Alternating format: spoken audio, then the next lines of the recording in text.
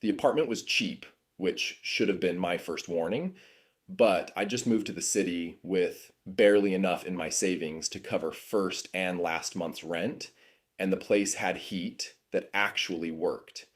The walls were rental unit beige, painted over so many times I could see the texture of old brush strokes underneath. The kitchen window looked out onto a brick wall 8 feet away, and the bathroom tiles were cracked in a spiderweb pattern that no one had bothered to fix. But it was mine for the year lease I'd signed. Mrs. Chen, the landlord, was a tired woman in her 60s who wore reading glasses on a chain and smelled faintly of mothballs. She handed me the keys without ceremony, barely making eye contact as she rattled off the rules. Garbage out on Tuesdays. No smoking. No pets over 20 pounds. As I signed the last form, she mentioned the upstairs tenant.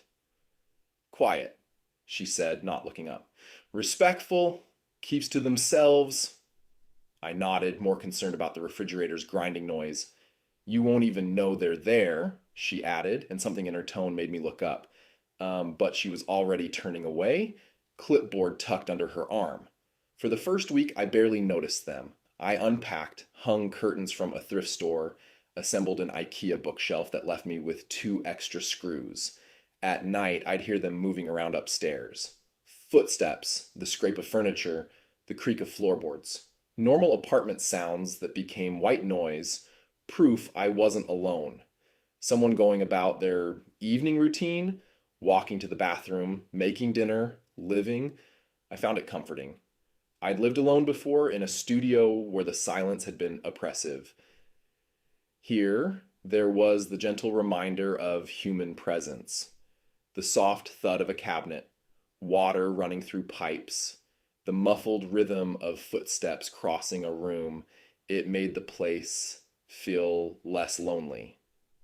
The second week, I started paying attention. I was working from home, hunched over my laptop when I heard them walking overhead, just crossing from bedroom to kitchen. But the rhythm was off. I looked up, frowning. The footsteps paused, continued, but the gait was wrong. There was a step, a pause, then another step from slightly to the left of where it should have been, like the person had pivoted mid-stride without stopping old building, I told myself. Weird acoustics. But I kept listening. Over the next few days, I tracked the sounds compulsively. My brain caught on inconsistencies the way a tongue finds a chipped tooth. The footsteps crossed the room in patterns that didn't match human movement. Weight would shift from one spot to another, but the transition felt wrong. Too sharp. Too angular. Like someone moving in straight lines and right angles instead of natural curves. I started counting. I paced out my apartment, which shared the same floor plan as the one above, bedroom to kitchen. 11 steps, bathroom to living room, 8, corner to corner, 15. The person upstairs took 17 steps to cross an 11-step distance. I recounted the next day, pressing my ear against the ceiling. 17 steps, always 17, but not evenly spaced. Some rapid, almost frantic, others with long pauses between them, and occasionally a sliding sound that moved in a direction that didn't match the flow of walking. I rationalized a limp, a prosthetic, something medical, but limps don't sound like that. A limp is compensatory, one leg doing more work. A prosthetic has a distinctive click, a mechanical regularity. This was different. Like someone who'd learned to walk by watching videos but never mastered the execution. The rhythm almost right but fundamentally wrong, and there were too many sounds. When the person walked, I heard the steps, yes, but also other impacts. Soft thumps that didn't correspond to footfalls, lighter, scattered, distributed around the main walking sounds. Like someone using their hands for balance, reaching out to touch walls, or like they had more than 2 feet. I laughed when I thought it. Absurd, the kind of thought that comes late at night when your brain makes connections that don't exist. But I couldn't stop listening. I started staying up later, phone's voice recorder running. They kept odd hours, sometimes active at 2 in the morning, walking those strange angular patterns, other times silent for days, and I'd wonder if they'd left, but they always came back. When they moved, the sounds grew harder to rationalize. I'd play back recordings through headphones trying to identify each sound. I mapped them out on graph paper, trying to create a visual representation of the movement patterns. The main footsteps formed one layer, yes, but underneath them, dozens of smaller impacts. Little taps and clicks forming a constant background rhythm, like fingers drumming a table, but faster, more insistent.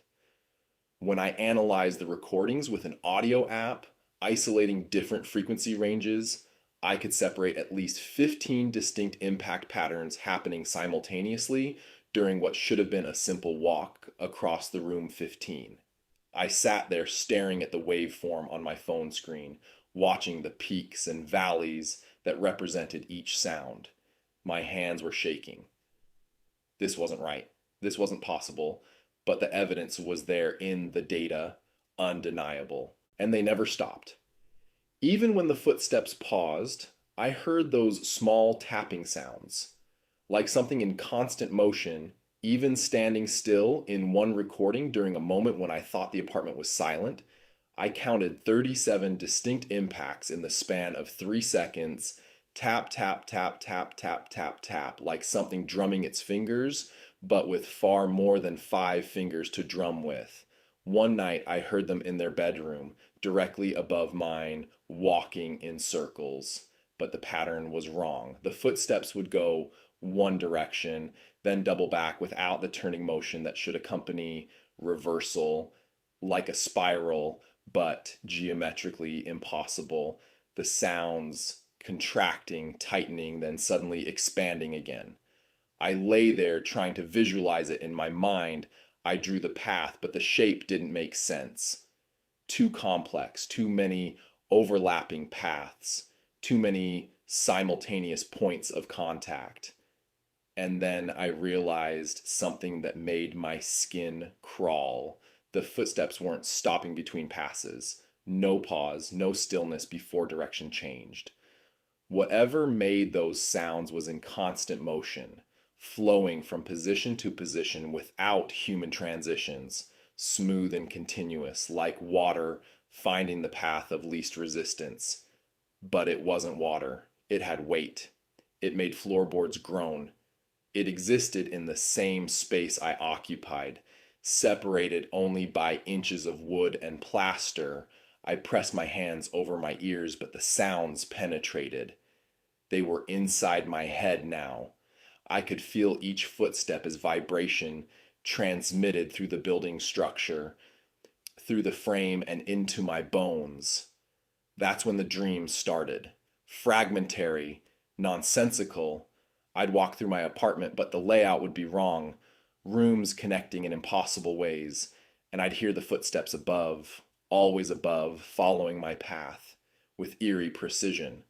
I'd look up and see the ceiling bulging downward, plaster cracking, dust falling through the cracks, glimpses of something moving, something pale and jointed and wrong. I'd wake gasping, sheets soaked, and hear the sound still happening, always the same pattern, always that wrong, angular gait. The next morning I went upstairs. The building had 4 units, mine and Mrs. Kowalski's on the first floor, 2 more on the second. I'd never seen anyone from up there. The door above my apartment showed only a tarnished brass number, 2A. I knocked. No answer. I knocked harder, called out a greeting. Hello? Just wanted to introduce myself. Nothing. But I heard something inside. Not footsteps. Something else.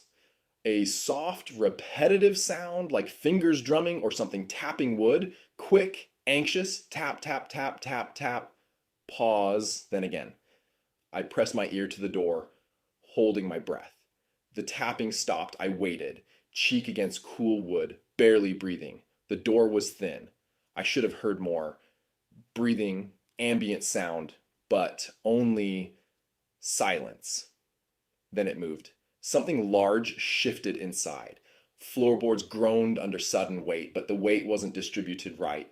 not someone standing or sitting, multiple points of pressure happening simultaneously, scattered across the room in a pattern that hurt to visualize. Some pressure points clustered close, others separated by distances too great for a single body to span, all pressing down at once as if something had suddenly extended itself, spreading its weight across maximum floor space.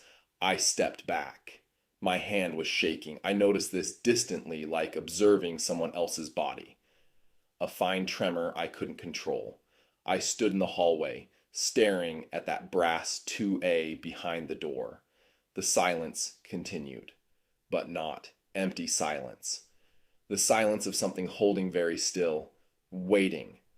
I turned and walked downstairs, hands shaking harder with each step. That evening I called Mrs. Chen. She was eating something crunchy when she answered. Hello, Mrs. Chen, it's your tenant from 1A about the tenant in 2A. Is something broken? No, I wanted to ask about them. I've never seen them. She chewed before responding. What about them? Just curious. Wanted to introduce myself. They're quiet, pay rent on time. That's all I care about. How long have they lived there? More chewing. Couple years, maybe longer. Do they ever complain about the apartment? No. Her tone grew impatient. Why are you asking? I didn't know how to explain. No reason. Being friendly. They're not friendly. Keep to themselves. Don't cause problems. You should do the same. Something in her voice, not quite a warning, but close. Have you ever seen them? In person? Long silence. I thought she'd hung up. Then, no. Rent comes in the mail. Cash. Always exact. Never late. Pause. I don't ask questions. Suggest you don't either. She hung up. I sat staring at the ceiling. The water stains looked like continents, familiar shapes distorted. Above me, silence. But I knew it was still there. I could feel it the way you feel someone watching from across a room. That prickling awareness from some primitive part of the brain that remembers being prey. The next week was worse. The sounds grew more frequent, less careful. Before there'd been an attempt at normalcy. The walking, however wrong, followed recognizable patterns. But now the sounds were becoming abstract, chaotic. I'd hear rapid skittering like someone running on all fours. Then a heavy thump, a long dragging sound, hours of nothing. Then it would repeat. One night I woke to something being dragged across the ceiling directly over my bed. Not furniture. The sound was too wet, too organic, like a heavy sack of meat pulled across floorboards. I could hear wood fibers catching on whatever was being dragged, creating rhythmic scraping that set my teeth on edge. I lay frozen, staring up. The dragging stopped. 30 seconds of perfect silence. Then I heard it. A soft, careful sound, like someone pressing their palm flat against the floor, testing it. Then another palm, and another. I counted. 5 distinct points of contact, all roughly hand-shaped based on how the floorboards creaked, but wrong. Fingers too long, spacing too wide, and placed simultaneously, not in sequence like someone lowering themselves down. Like a hand with too many fingers supporting too much weight. I didn't sleep. In the morning, I went outside to study the building. Craning my neck, I examined the windows of 2A, covered with yellowed curtains that never moved glass dirty. No light inside, no flicker of movement, no sign anyone had been near those windows in months or years. Mrs. Kowalski came out for her mail, an elderly Polish woman who always smiled at me, who'd been nothing but friendly since I moved in. She was wearing her usual floral housecoat, moving with the careful slowness of someone whose bones remember every harsh winter. Good morning, I said, trying to sound casual. She looked at me with rheumy eyes and nodded, still smiling. Mrs. Kowalski, do you ever hear the person upstairs in 2A? The change in her expression was instant and complete. Her smile didn't just fade, it collapsed, like something structural had given way inside her face. She stared at me for a long moment, and in her eyes I saw something I hadn't expected. Not confusion, not curiosity, fear. She shook her head quickly, a sharp jerking motion that set her gray curls bouncing. Then she turned and hurried inside, moving faster than I'd ever seen her move, clutching her mail to her chest like a shield. The door slammed behind her, and I heard the distinct click of a deadbolt sliding home. I stood alone on the sidewalk staring at her closed door. She'd lived here longer than anyone, years longer, and she'd reacted to my question like I'd asked her to open a grave. What did she know that I didn't? I spent the rest of the day trying to convince myself there was a rational explanation. Maybe Mrs. Kowalski was just paranoid. Maybe she had dementia. Maybe she'd had a bad experience with a previous tenant and didn't like talking about the upstairs apartments. People have strange ideas in their old age, fear of things that weren't there. But I didn't believe that. I'd seen her eyes. That wasn't the confusion of dementia. That was the clear, sharp terror of someone who knows exactly what they're afraid of. That night, it started climbing. I was in bed trying to read when I heard it, not walking or dragging, climbing. Multiple points of contact in rapid succession. A hand, a foot, another hand, something else I couldn't identify. Quick, insectile. It moved across the ceiling in a way that made me think of spiders, but spiders don't weigh enough to make floorboards creak like that. I sat up, heart hammering. The climbing sound moved from one side to the other, back again, frantic, searching, getting closer to the wall, separating my bedroom from the hallway. It reached the corner, then started coming down the wall. The creaking changed pitch as weight shifted from horizontal to vertical. Whatever was up there was descending, using too many limbs to grip plaster and wood. I heard the scratch of fingernails or claws finding purchase. I grabbed my phone, turned on the flashlight, aimed it at my wall. Nothing. Just old wallpaper and a corner water stain.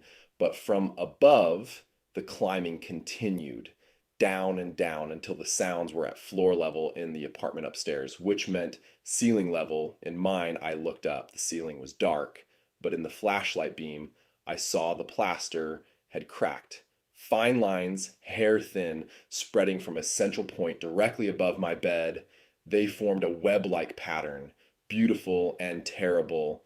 And as I watched, frozen, I saw something that closed my throat. The cracks were moving, not spreading, moving. The lines shifted position slightly, rearranging themselves. Subtle enough to imagine, if not for the faint grinding of plaster against itself. And then dust started falling. It came in a thin, steady stream, pale in the flashlight. I watched it drift through air and land on my blanket, my pillow, my face. I couldn't move, couldn't breathe. The dust was forming a pattern, random at first, just powder settling. But as more fell, I saw it, the outline subtle at first, like an image developing in a dark room, gradually resolving into something recognizable, then defined, clear, unmistakable. A handprint. Perfect outline of a hand pressed against glass. I could see every detail with horrifying clarity. The palm, wide and flat, maybe 8 inches across. The thumb slightly separated from the fingers. The distinct ridges that would be fingerprints if this were a human hand. And the fingers. I counted them, my lips moving soundlessly, praying I'd miscounted 1, 2, 3, 4, 5, 6, 7. My stomach lurched. Bile rose in my throat, and I had to swallow hard to keep from vomiting. The fingers were long, far too long, at least a foot each, maybe more. Positioned incorrectly, like someone had arranged them without understanding human anatomy. The pinky where the ring finger should be. The index at an angle no human joint could achieve without breaking. And the extra fingers, the 6th and 7th, were wedged between the others, filling gaps that shouldn't exist in the normal spacing of a hand. But what made me sick, what made my skin feel like it was trying to crawl off my body, was the joints.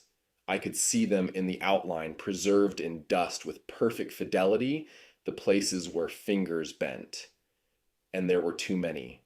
Each finger had at least 4 knuckles, maybe 5. I could see where they articulated, where bone would connect to bone, where tendons would pull to create movement. Some of the joints bent forward, the way human fingers do, but others bent backward, hyperextended in a way that suggested the thing these fingers belonged to didn't follow the same structural rules as anything I'd ever seen. The handprint was splayed wide, fingers spread to their maximum extension, reaching out to cover as much area as possible. It was the print of something reaching down through the ceiling, pressing its impossible palm against the plaster and wood with enough force to create stress fractures, testing the barrier between its space and mine, seeing how much pressure it would take to break through, claiming the space above my bed, marking its territory. I stared at it for what felt like hours, but was probably only seconds, my flashlight beam steady, illuminating every horrible detail. And as I stared, I noticed something else, something that made my blood run cold. The dust wasn't just on top of the blanket. Some of it had come through the weave of the fabric, through the batting of the comforter, settling on the sheet beneath, which meant the hand hadn't just been pressing against the ceiling. It had been pressing down with enough force to compress the materials between us. It had been reaching. I threw myself out of bed and ran. I made it to the kitchen before my legs gave out. I collapsed against the refrigerator, shaking so hard my teeth chattered. The apartment was silent except for ragged breathing. I waited for something to follow, for the ceiling to crack open, for that hand to push through. Nothing happened. I spent the night on the couch, curled into a ball, staring at the kitchen ceiling, watching for cracks, listening. The apartment above was silent in the morning. I called in sick. I needed to see it in daylight, confirm I hadn't imagined it. I walked slowly to the bedroom doorway and stopped. The ceiling above my bed was cracked. The web of lines was still there, but now in gray morning light I saw how extensive the damage was. The cracks radiated from a central point in an almost elegant pattern, deliberate, and the dust. It had settled during the night, coating everything. My bed, floor, dresser. A pale, ghostly film. But on the bed, in the exact center where I'd been sleeping, the dust was thicker, and it still held the shape. I saw it clearly now. The outline of that impossible hand, preserved in powder. 7 fingers, each with too many joints, splayed wide in a gesture that was either greeting or threat. I took a photo, hands shaking so badly it took 3 tries. Then I started searching online. I didn't know what I was looking for. Haunted apartments, urban legends, anything rational. I found a forum, one of those deep internet places for paranormal experiences, the kind of site that looks abandoned with broken images and outdated forum software from 2007. But the posts were recent, active. People still came here to share stories they couldn't tell anywhere else. Scrolling through shadow figures and unexplained noises, growing more desperate with each click until I found a thread that made me stop breathing. Title: Has anyone else heard something walk wrong? I clicked with trembling hands. The page loaded slowly, my ancient laptop struggling with the site's bloated code. First post from someone in Minnesota. They'd been lying in bed, hearing footsteps in the attic, but wrong, too many impacts. Joints at wrong angles. They tried to rationalize it at first, convinced themselves it was raccoons or pipes, expanding and contracting with temperature changes. Deep down, they knew better. The sounds were too deliberate, too patterned. Eventually, they moved out, breaking their lease early, losing their deposit and their last month's rent. Didn't care, some things aren't worth money. Second post, similar. Oregon apartment, 3rd floor walk up. Sounds from above that shouldn't have existed. There was no fourth floor gate that didn't match anatomy. The poster had started counting footsteps like I had, mapping them out, getting numbers that didn't make sense. They'd tried to meet whoever or whatever was up there, but no one ever answered the door. Even when the sounds were clearly audible inside, rhythmic impacts like someone walking in circles, eventually they'd stopped trying, just moved out in the middle of the night, leaving half their belongings behind. Third post mentioned a handprint. My heart started hammering so hard I could feel it in my temples. I read it 3 times, my hands growing colder with each pass, fingers going numb where they gripped the laptop's edge. The poster, someone called U/Insomnia C Seattle, had lived in an old apartment building downtown, one of those pre war structures with high ceilings and thick walls. They'd heard strange sounds for months, walking that sounded wrong, movement that seemed to have too many parts, like listening to someone juggle while walking, but the juggled objects were other limbs. One night they'd woken to find their ceiling cracked. Dust had fallen in a pattern they couldn't explain. When they'd shone a light on it, they'd seen what looked like a handprint pressed into the accumulated dust. But it was wrong in ways they struggled to articulate, the fingers too long, positioned at angles that didn't match human anatomy, and there were too many of them. A handprint with 8 fingers splayed wide like a starfish, each one bent at impossible angles. They'd moved out the next day, hadn't even packed properly, just threw clothes and essentials into garbage bags, left furniture and dishes and everything else, left in broad daylight in front of neighbors, not caring what anyone thought. The landlord had kept their security deposit, had threatened to sue them for breaking the lease for abandoning property. They didn't care. Some things, they wrote, aren't worth fighting over. Some things you just run from. And if you're smart, you don't look back. The thread had 73 replies. I scrolled through them all, and almost everyone was a variation on the same story. People hearing movement from above that sounded wrong, not quite human, too many joints, too many limbs, weight distributed in patterns defying anatomy, creating stress points in ceilings and floors that shouldn't exist from any normal load. And in many cases, evidence left behind, physical proof that something impossible had been there. Handprints with extra fingers, footprints with too many toes or toes in the wrong positions, or what looked like toes but might have been something else entirely, indentations in ceilings that suggested something massive pressing down from above, testing the barrier, measuring the resistance, calculating how much force it would take to break through. One person had an audio recording. Link broken at first, but a mirror in the replies. I clicked, turned up volume, pressed play. Static and electronic hum for a few seconds. Then I heard it.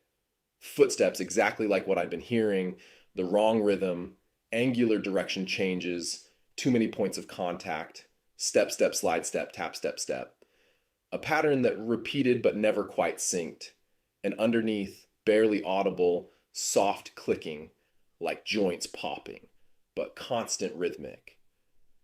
The sound of something with too many hinges moving through space, all those articulation points flexing and extending and bending in sequence.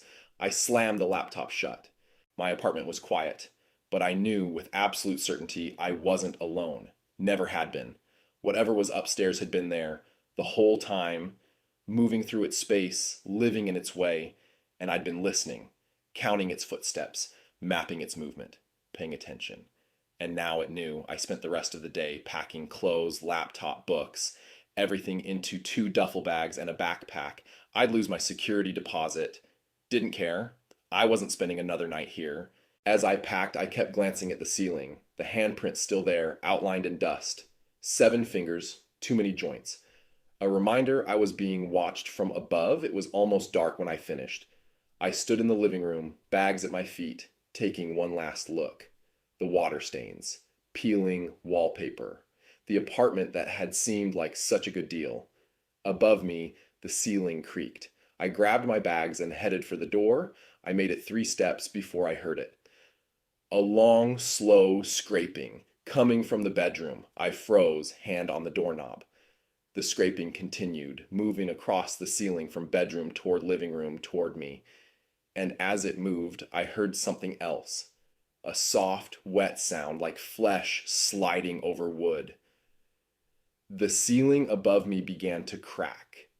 Not fine lines spreading slowly, immediate, violent. A jagged split tearing through plaster with a sound like breaking bones. Chunks fell, hitting the floor with heavy thuds. Dust billowed, thick and choking. I yanked the door open and ran. Behind me, the ceiling gave way. Something heavy dropped into my apartment. The wet slap of too many limbs hitting floor. I didn't look back. I took stairs 3 at a time, bags banging my legs, burst into cold evening air, and kept running across the parking lot, down the street, until my lungs burned and legs threatened to give out. Only then did I stop and look back. The building was dark. My apartment windows reflected streetlights, empty and undisturbed. Everything looked normal, but I knew better. I pulled out my phone and called Mrs. Chen. No answer. Tried twice more, then sent a text. There's something in my apartment. In the ceiling, you need to check 2A. She never responded. I slept in my car that night, parked in a grocery store lot 3 miles away. Every time I closed my eyes, I saw that handprint. 7 fingers, splayed wide joints, bending backward. In the morning, I drove back. I had to see. Had to know if I'd really seen what I thought, or if I'd lost my mind completely. I parked across the street and stared up at my apartment window. The curtains were drawn. I'd left them open. And the window to 2A, always covered, was open. The yellowed curtain fluttered in the breeze. I could see inside. Empty. Completely empty. No furniture, no belongings, just bare walls and floor. But something was wrong with the floor. Even from the street, I could see it. The floorboards weren't level. They sagged in places, bulged in others, and there were marks.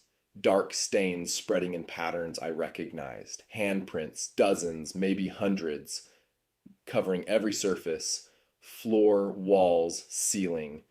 Each one slightly different. Some with 6 fingers, some with 7, some with 8 or 9. All wrong, all impossible. The apartment wasn't empty. It was full of evidence. Evidence that something had been living there. Something that left marks everywhere it touched. Something that moved through space using more limbs than it should have. Bending joints that shouldn't exist. Pressing hands against every surface as if constantly testing the boundaries. I watched that curtain flutter and understood. It had never been hiding from me. I'd just been counting wrong the whole time. There were never too many joints, too many footsteps, too many points of contact. Only ever one set. I'd just been hearing all of them at once because I'd been listening with wrong assumptions. Listening for a human on 2 legs, with 2 arms, with 5 fingers on each hand. Listening for something that moved through space the way I moved through space. One appendage at a time. Weight shifting from point to point in a linear progression.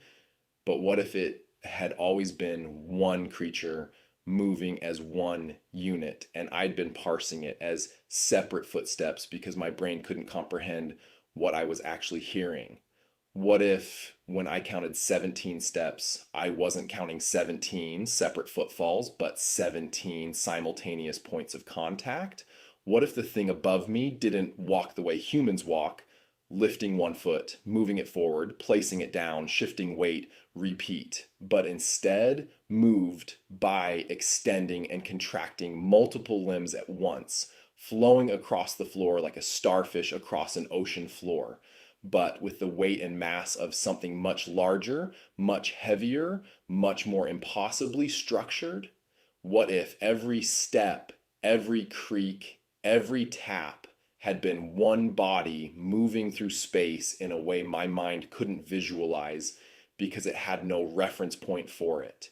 Because nothing in nature, nothing in my experience, nothing in the collective human experience moved quite like that. We have words for how spiders walk, how snakes slither, how fish swim, how birds fly, but we have no words for how this thing moved because We've never seen anything like it before. Or if we have, we've always run before we could study it long enough to understand. What if I'd never been counting the joints at all, but rather trying to fit something impossible into a framework I could understand? Like trying to describe a color that doesn't exist in the visible spectrum, or a sound pitched beyond the range of human hearing. My brain had taken the sensory input and attempted to process it through the only filters it had available, creating a distorted interpretation that made no sense because the source material itself made no sense. The handprints on every surface up there weren't from different creatures, they were from the same one, moving across walls and ceiling and floor with equal facility, leaving marks everywhere because that's how it navigated space. Not by walking on two legs like we do, but by reaching out with every appendage it possessed, and it possessed many, touching every surface, maintaining constant contact, moving in a way that was more flow than locomotion. And I'd been sleeping beneath it for weeks. I drove away before the curtain stopped moving. I never went back. Never collected my things. Lost my security deposit, my furniture, my books, my clothes, everything I'd accumulated over years of scraping by, everything I'd owned. Didn't care. Some things are worth more than possessions. Sanity, for instance. The ability to sleep without checking the ceiling first, because I know it's still there. Living in 2A, or maybe just visiting. Maybe it moves between buildings, between apartments, between the thin spaces and walls where we don't think to look.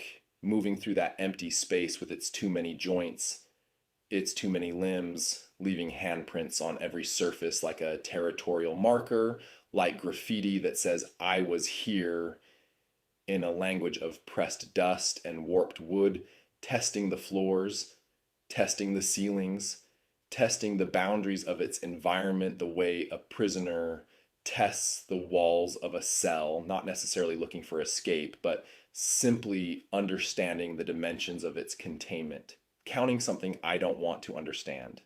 I found a new apartment across town, different building, different neighborhood, different landlord, top floor this time, nothing above me but attic space and sky. And yet some nights, especially when it rains, I still wake up listening, counting impacts that aren't there, tracking movement patterns in the empty air above my bed, waiting for the ceiling to crack. Sometimes, late at night when I can't sleep, I think about the handprint above my bed. 7 fingers splayed wide, each one bent at too many joints, some forward and some backward, arranged in a pattern that suggested function over form, utility over aesthetic fingers designed for gripping surfaces that shouldn't be grippable, for moving across spaces that shouldn't be navigable, for existing in ways that shouldn't be possible, pressed against the ceiling like it was reaching down for me. And I wonder if it was reaching, or if it was waving, or if it was doing something else entirely, something for which we have no words, no concepts, no framework of understanding. Maybe it wasn't reaching or waving or threatening. Maybe it was just existing, just being, just moving through its space the way it had always moved. And I was simply the first person to pay enough attention to notice, the first person to count, the first person to listen. And now I can't stop.